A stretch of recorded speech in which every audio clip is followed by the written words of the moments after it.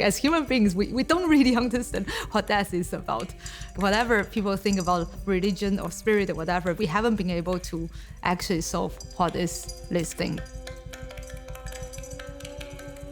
Every culture got the rituals working on death. So it's interesting to explore about this, I think, for people to look at this and for us to provide a space for people to think about death.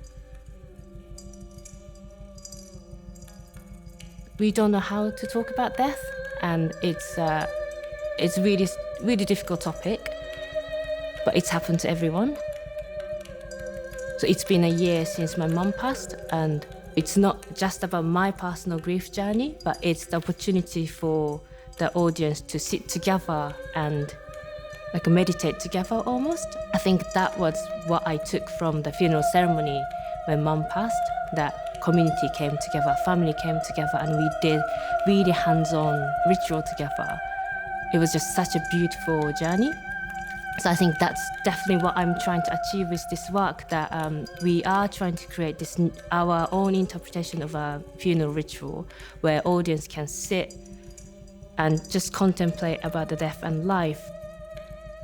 Masumi and I have been talking for a long time about what we want to explore in our collaboration. I mean, there is some similarity and also difference between our culture, but it's both from like East Asia. But then we also look at other tradition, and of course we both live in the UK for a long time, so like British tradition is a very important part for us to look at.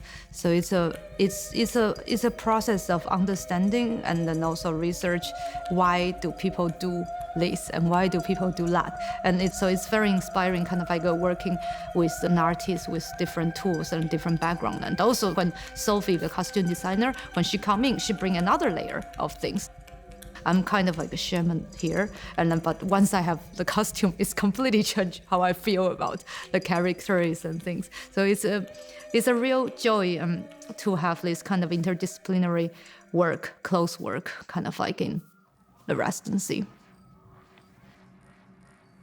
So this week we are making a theatre piece and a film version of The Departure. I really wanted to incorporate a lot of smoke in the nature, like outside, and also like water and the river, which we all talk about in afterlife and funeral practices and death. I think film allow us to do that and expand, take that work outside is giving us more opportunity to explore that side of it.